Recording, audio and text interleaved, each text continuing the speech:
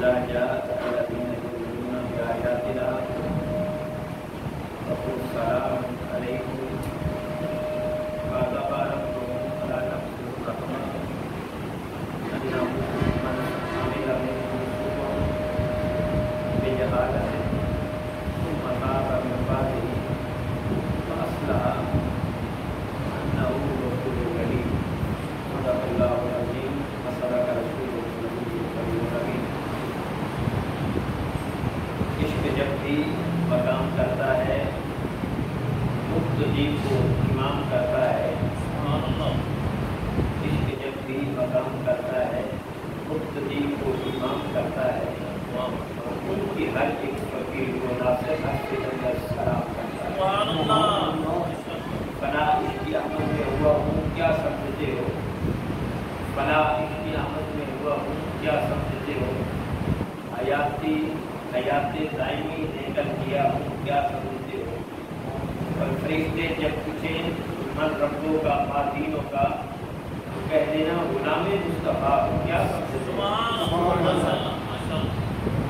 ثنا کے بعد اللہ جل مجدہ کا کروڑ ہا کی بجا رہتے ہیں۔ رب العزت نے ہمیں ایمان کی دولت سے مالا مال فرمایا۔ ہمارا مضامین قرآن پر مشتمل شروع کا سلسلہ جاری و ساری تھا، تو آج ہم آیت نمبر 54 سورہ انعام پارہ نمبر 7 سے پھر آغاز کر رہے ہیں۔ یہ سلسلہ انشاءاللہ چلتا رہے گا جب مختلف مذہبی تہوار آتے ہیں، جب ان کا موضوع ہوتا ہے، وہ گفتگو کرنے کے بعد پھر ہم اپنے اس مشن کی طرف لوٹ آتے ہیں۔ ارشاد باری تعالیٰ ہے وَإِذَا جَاءَكَ الَّذِينَ يُؤْمِنُونَ بِآيَاتِنَا فَقُلْ سَلَامٌ۔ اے میرے حبیب صلی اللہ علیہ وسلم، جب آپ کے پاس وہ لوگ آئیں جو ہمیں مانتے ہیں، جب آپ کے پاس وہ لوگ آئیں جو ہمیں مانتے ہیں، فَقُلْ سَلَامٌ عَلَيْكُمْ، میرے حبیب ان کو سلام کہا کر۔ ان کو سلام ہے، کن کو؟ جو مجھے مانتے ہیں، جو میری آیات کو مانتے ہیں، جو مجھے مانتے ہیں، وہ تیرے پاس آئیں، میرے حبیب ان کو سلام کہا کر، اور ساتھ یہ بتایا کر کہ کتب ربکم علی نفسہ الرحمہ، اللہ نے تمہارے حوالے سے اپنے اوپر رحمت کرنا لازم کر لیا ہے۔ لیکن بندوں کو بتا کہ جو مجھے مانتے ہیں وہ تیرے پاس آتے ہیں، اب ان کا مقام دیکھیے اللہ جل مجدہ۔ حبیب سے کہتے میرے حبیب ان کو سلام کیا کر اور ان کو بتا دیا کر کہ اللہ نے اپنے اوپر واجب کر لیا ہے کہ وہ تم پر رحمت کرے گا۔ اور پھر آگے تیسری بات فرمائی انہ من عمل منکم سوءا بجہالۃ ثم تاب من بعدہ فاصلح فانہ غفور رحیم۔ تو اگر غلطی سے تم سے کوئی گناہ سرزد ہو گیا، جہالت سے، غلطی سے تم سے کوئی غلطی ہو گئی، اب غلطی سے غلطی ہونے سے کیا مراد ہے؟ یعنی وہ غلطی کرنے کا ارادہ نہیں تھا، بس ہو گئی، ارادہ کر کے اس غلط کام کی طرف نہیں گیا تھا، بس وہ پتہ ہی نہیں چلا، ہو گئی، انجانے میں ہو گئی۔ تو یہ ہے اگر تم سے غلطی میں غلطی ہو جائے، من عمل منکم سوءا بجہالۃ، نادانی میں، جہالت میں، غلطی سے اگر تم سے کوئی گناہ سرزد ہو جائے، ثم تاب من بعدہ، اور پھر اس کے بعد تم توبہ کر لو، واصلح، اور اپنے اعمال کی اصلاح کر لو کہ اب وہ غلط کام نہ کرو، فانہ غفور رحیم، اللہ تعالیٰ بخشنے والا، رحم کرنے والا ہے۔ تو جو اس کو مانتے ہیں، جو اس کی آیتوں پر ایمان لاتے ہیں، اللہ 3 انعام ان کو عطا فرماتا ہے۔ پہلا انعام یہ کہ اپنے حبیب سے کہتا ہے میرے حبیب ان کو سلام کہا کر، یہ مجھے مانتے ہیں تو مان جائیں۔ کو سلام کہو. بڑا چھوٹے کو سلام کہے تو معمولی بات نہیں ہوتا. ساری کائنات کا تاجدار اپنے ادنا امتی کو سلام کہے، اور وہ بھی اللہ کے کہنے پر اللہ کہے میرے حبیب ان کو سلام کہو. یہ سلام کے حقدار ہیں کون؟ جو مجھے مانتے ہیں. اور پھر فرمایا ان کو یہ بھی بتا دو کہ میں نے اپنے اوپر فرض کر لیا ہے کہ میں ان پر رحمت کر کے رکھوں گا. اللہ اپنے ماننے والوں پر رحمت کرتا ہے. اور تیسری بات اور میں میرے حبیب یہ بھی بتا دیں کہ اگر کوئی غلطی ہو جائے ان سے، اور غلطی کے بعد وہ غلطی بھی غلطی سے ہو جائے، بجہالت، انجانے میں ہو جائے، نادانی میں ہو جائے، غفلت میں ہو جائے ان سے کوئی گناہ، تو پھر یہ توبہ کر لے بس، اور اپنے آپ کو اصلاح کر لیں. باقی میرا کام ہے میں ان کو معاف بھی فرما دوں گا، ان پر رحم بھی کر دوں گا. یہ حدیث پاک یہ آیا مقدسہ کہ وہ بھی مشتاق بنے. جو لوگ حضور کی بارگاہ میں بیٹھے تھے، جن میں حضرت بلال رضی اللہ تعالیٰ عنہ، حضرت عمار بن یاسر رضی اللہ تعالیٰ عنہ، حضرت صہیب رضی اللہ تعالیٰ عنہ، حضرت کباب رضی اللہ تعالیٰ عنہ، یہ حضور کی بارگاہ میں بیٹھے تھے. تو وہ قریش کے دو سردار آئے، انہوں نے کہا اے محمد صلی اللہ علیہ وسلم آپ ان کو اپنے پاس نہ بٹھایا کریں، یہ غریب غربا لوگ ہیں، آپ ان کو اپنے سے دور رکھا کریں. ہم کیسے آپ کے پاس بیٹھے ان کی موجودگی میں؟ ہم تو غریبوں کے ساتھ بیٹھنا اپنی توہین سمجھتے ہیں. شاید ہم آپ کی بات کو مان ہی لیتے، سن ہی لیتے، لیکن وہ بھی بیٹھے ہوتے ہیں. غلام ٹائپ کے لوگ آپ کے پاس بیٹھے ہوتے ہیں، مسکین یتیم لوگ بیٹھے ہوتے ہیں. تو اگر ہم آپ کو مان لیں پھر ہم ان کی اطاعت کریں گے، ہم ان کی پیروی کریں گے. میرے آقا علیہ السلام نے فرمایا کہ اسلام میں خاصا یہ ہے اگر تم پر ایک حقیقی غلام بھی مقرر کر دیا جائے حاکم تو تم پر اس کی اطاعت لازم ہے. وہ یہ تو ہی سمجھتے تھے کہ پھر غلام ہماری قیادت کریں گے. پھر آقا علیہ السلام نے تو غلاموں سے کروائی قیادت چودھریوں کی. غزوہ موطا نے حضرت زید بن حارثہ کو سپہ سالار مقرر کیا تھا 3000 محتریوں کا، اور مسلمہ بن کذاب کے خلاف جو لشکر ترتیب کیا تھا حضرت اسامہ بن زید کو دیا تھا. اور بعض لوگوں نے اعتراض بھی کیا اے اللہ کے رسول یہ جنگ ہے، یہ لڑکا جو ہے آپ بڑے بڑے بزرگ جو ہیں وہ ان کے متحد کر رہے ہیں. حضور جانتے تھے اس کے خلوص کو، اس کی ورفتگی اور اسلام کے ساتھ کمٹمنٹ کو حضور جانتے تھے. آقا علیہ السلام نے فرمایا کہ نہیں، اس وقت یہ کہا تھا کہ اگر حبشی غلام کو مقرر کیا جائے پھر تم پر اس کی اطاعت لازم ہے. حضرت اسامہ بن زید یہ زید بن حارثہ غلام کے بیٹے تھے. تو آقا علیہ السلام نے تو کروائی اس سے چودھری کی عادت. وہ کہتے تھے کہ پھر ہم ایمان لے آئے تو یہ چودھری ہم پر مسلط ہو جائیں گے، یہ غلام ہم پر مسلط ہو جائیں گے، ہم ان کے ساتھ بیٹھیں گے، کھانا کھائیں گے اور یہ ہماری قیادت فرمائیں گے، یہ ہمیں گوارا نہیں. تو میرے حبیب آپ ان کو نہ آنے دیا کریں، پاس نہ بٹھایا کریں. وہ کہتے ہیں کہ اللہ دوسرے ان کو پاس نہ بٹھایا کریں، ان کو دور کر دیا کریں. حضور کے دل میں خیال بھی آیا تو اللہ جل وجلہ نے فرمایا میرے حبیب یہ تو صبح و شام مجھے پکارتے رہتے ہیں، ان کو آپ اپنے سے دور کرو گے ان لوگوں کی خاطر جو میرا انکار کیے بیٹھے ہیں.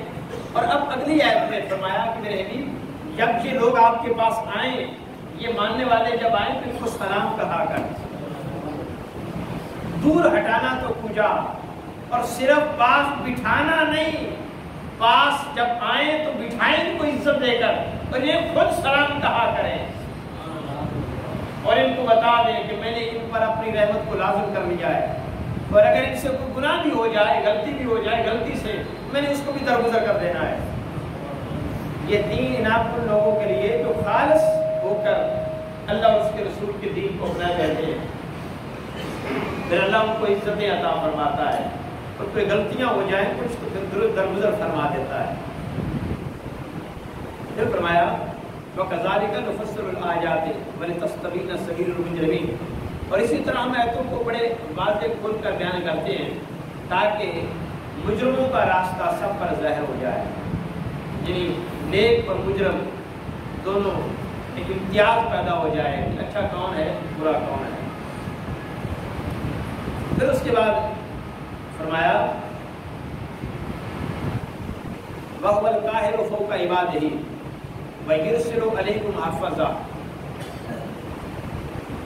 وہی رب ہے جس نے اپنے بندوں پر جو اپنے بندوں پر غالب ہے اور اس نے نگہبانی کے لیے اپنے نمائندے مقرر کر رکھے ہیں تم پر۔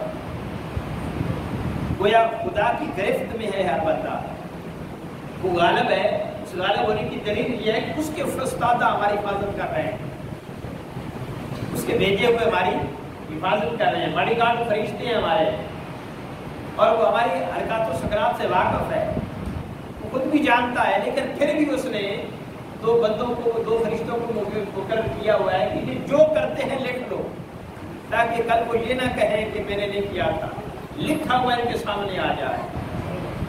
حتی اذا جاء احدکم الموت،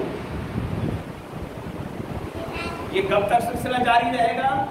جب تک موت نہیں آئے گی، جب تک موت نہیں آئے گی تب تک یہ سلسلہ جاری رہے گا، لکھا جائے گا۔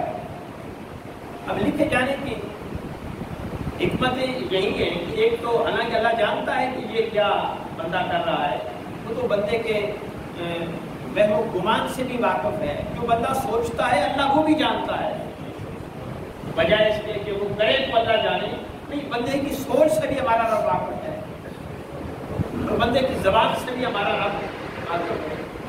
وہ خالق و مالک ہے، اور وہ مالک ہو کر جو بندہ کہتا ہے اس کو جانتا ہے، جو کہتا ہے اس کو سنتا ہے، جو دل سے کہتا ہے وہ بھی جانتا ہے۔ کہتے ہیں کہ 16,000 زبانیں دنیا میں آج کل بولی جا رہی ہیں، 16,000 زبانیں، میرا رب 16,000 ہی زبانیں جانتا ہے۔ بھئی جس زبان میں اللہ کی تعریف کریں اور جس زبان میں دعا مانگے رب سے، کیا رب کہے گا مجھے یہ زبان نہیں آتی تو عربی میں ہی مجھ سے دعا مانگو گے تو قبول کروں گا؟ نہیں، وہ تو ہماری پنجابی بھی جانتا ہے، وہ تو ہماری سرائکی بھی جانتا ہے، وہ تو پشتو، بلوچی، سندھی، انگریزی، وہ تو چینی، وہ تو ساری زبانیں جانتا ہے نا، وہ رب جو ہوا۔ تو فرمایا زبانوں کو چھوڑو، وہ تو تم دل میں جو سوچتے ہو رب وہ بھی جانتا ہے۔ فرمایا فوق کا عبادی، وہ اپنے بندوں پر غالب ہے، اس کو پتا ہے کہ میرے بندے کیا کر رہے ہیں، اور حکمت کے طور پر اس نے فرشتے مقرر کیے ہوئے ہیں، ان کا ہر کام لکھتے جاؤ تاکہ کل کو اگر یہ مکر گیا تو ہم سامنے کر دیں گے۔ کہاں جاتے ہو؟ یہ تمہارا کیا ہوا تمہارے سامنے پیش کیا جا رہا ہے۔ پھر آگے فرمایا سما حتی اذا جاء احدکم الموت، یہاں تک کہ تمہیں موت آ جائے، توفتہ رسولنا وهم لا یفرطون، پھر ہمارے بھیجے ہوئے فرشتے ذرا بھر بھی کوتاہی نہیں کرتے تمہاری روح قبض کرنے میں۔ جب وقت مقرر ہوتا ہے پھر وہ غفلت نہیں کرتے۔ کبھی ایسا نہیں ہوا کہ حضرت اسرائیل کی ڈیوٹی یہاں لگی تھی، ان کو بھول کر لاہور چلا گیا اور یہ بندہ بچ گیا، ایسا جب جو مقرر ہے تو وہ اس کی ڈیوٹی لگی ہے، اس نے اپنی پوری کر۔ کبھی اسرائیل نے اپنی ڈیوٹی پہ نہ کوتاہی کی ہے نہ وہ لیٹ ہوئے ہیں، عین وقت پہ پہنچتے ہیں جو لکھا ہوا ہے۔ فرمایا وہ روح قبض کرنے میں بالکل طاقتور ہے۔ ثم ردوا الی اللہ، پھر تمہاری روح قبض کر کے پھر تمہیں اللہ کی طرف پلٹا دیں گے۔ مولاہم الحق، وہ حقیقی تمہارا مالک ہے۔ پھر وہ فرشتے اللہ کی طرف پلٹا دیتے ہیں، اب اس کی طرف، وہ جو تمہارا حقیقی مولا ہے، حقیقی رب اور مالک وہی ہے۔ اور پھر کیا ہوگا؟ الا لہ الحکم، پھر کہا جائے گا جان دو آج حاکمیت اسی کی ہے، حاکمیت اللہ کی ہے۔ جب پلٹیں گے اللہ کی طرف بندے تو پھر کہا جائے گا بتاؤ آج حاکمیت کس کی ہے؟